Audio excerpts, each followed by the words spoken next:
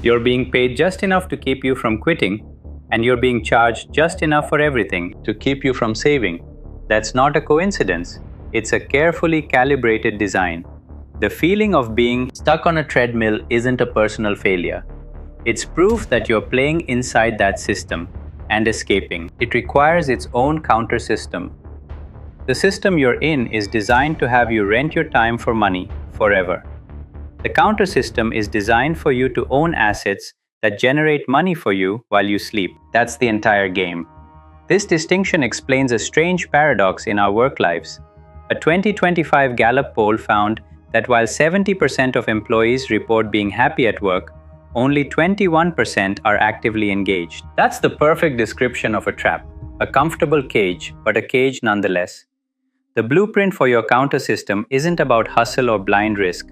It's a simple engineering problem with 4 parts: dream, math, path, and reality. And soon, I'm going to walk you through the exact 2-part calculation to find your personal freedom number, the most dangerous number you'll ever learn, because once you know it, your entire reality will change. The first step in designing your escape isn't about earning more. It's about defining the finish line with a single, specific, and deeply personal number. Let's calculate yours right now. Financial independence isn't about being rich or having a private jet. It's a simple mathematical state. It's the precise moment when the income generated by your assets, the things you own, is greater than your living expenses. When your systems pay for your life, your time becomes your own again. You're free. The tool for calculating that finish line is a guideline from financial planning called the 4% rule. Now, this isn't just a financial tip. This is the closest thing we have to a cheat code for the game of life. Based on decades of market data, it suggests you can withdraw 4% of your invested assets in your first year of retirement and then adjust that amount for inflation each following year with a very high probability of your money lasting for at least 30 years. It's the closest thing we have to a mathematical definition of forever. This gives us the formula. It's the most important equation for your escape plan. Your freedom number is your annual expenses divided by 0.04. Let's walk through the math. Imagine your core living expenses, your housing, food, transportation, all of it total $5,000 a month. Multiply that by 12 and you get $60,000 a year. Now we apply the formula. $60,000 divided by 0.04 equals $1.5 million. That's your number. It's no longer a vague wish. It's a coordinate on a map, a destination you can actually navigate to. This is why tracking your own spending is so critical. The Bureau of Labor Statistics reports that the average American household spends $78,535 annually. The average, however, is a ghost. It doesn't matter. Your number is the only one that matters. Once you know it, the entire game changes. The problem shifts from an abstract, anxiety-inducing goal like get rich to a concrete engineering problem. How do I design a system to accumulate an asset base of a specific size to cover my known annual expenses? That's a problem you can solve. That's a system you can build. Once you have this number, and to make finding it as simple as possible, I've put together a 1-page guide with links to the best free financial independence calculators and net worth trackers, which you can find in the description. It can feel like a wall. This isn't a wall, it's a mountain, and there are only 4 proven paths to the top. These are the 4 primary engines, the 4 escape vectors that people use to build the assets required to hit that number. The first is the most traditional engine, business ownership. This is the path of creating a company that sells a product or service. Its primary advantage is leverage, the power to bend reality to your will, but at the risk of it breaking you. The scale of this vector is staggering. According to the SBA, there are 36.2 million small businesses operating in the United States right now, making up 99.9% of all US companies. The second is the most systematic engine, paper assets. This means owning stocks, bonds, and other index funds. Its core advantage is that it's the most passive path. It's the silent, relentless power of compounding, a glacier that carves canyons over decades while you barely notice it's moving. The trade-off is that it's generally the slowest path, and you're a passenger on the wild ride of the market. It's a game of consistency and time. The third is the tangible engine, real estate. This is the path of owning physical property that generates rental income. The unique advantage here is the ability to use the bank's machine to build your own empire out of steel and concrete.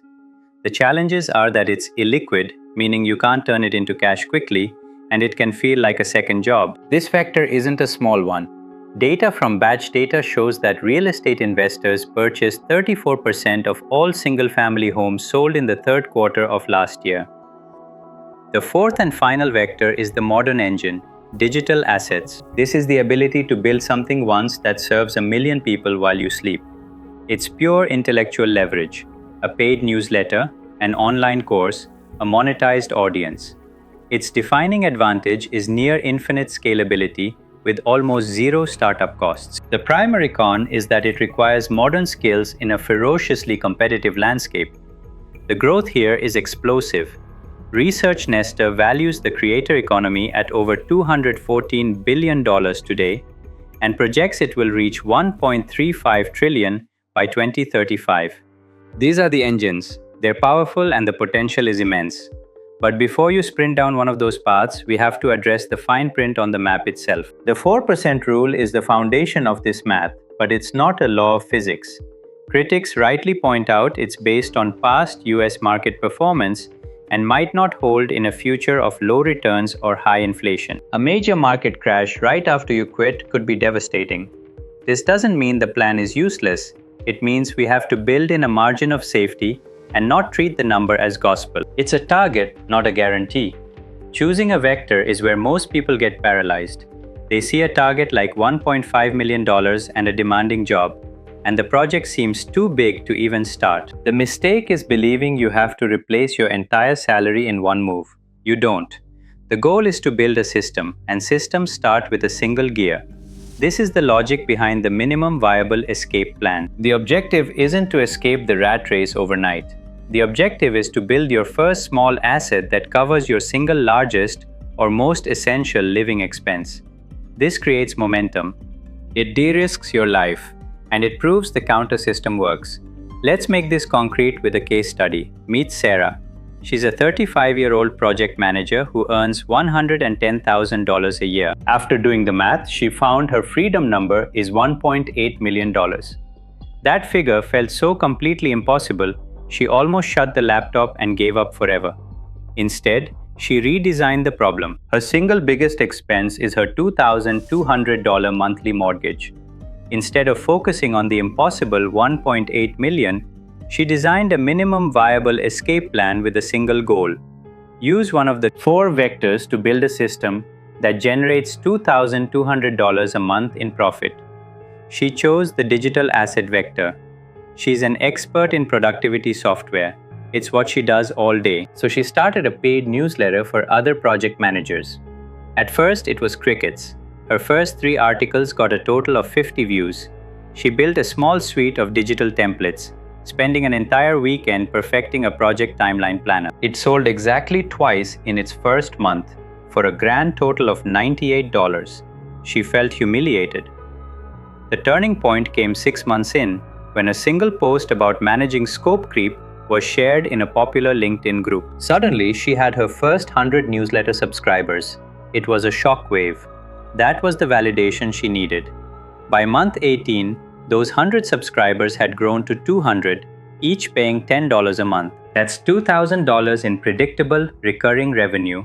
Her template sales, now fully automated, added another $500 on average.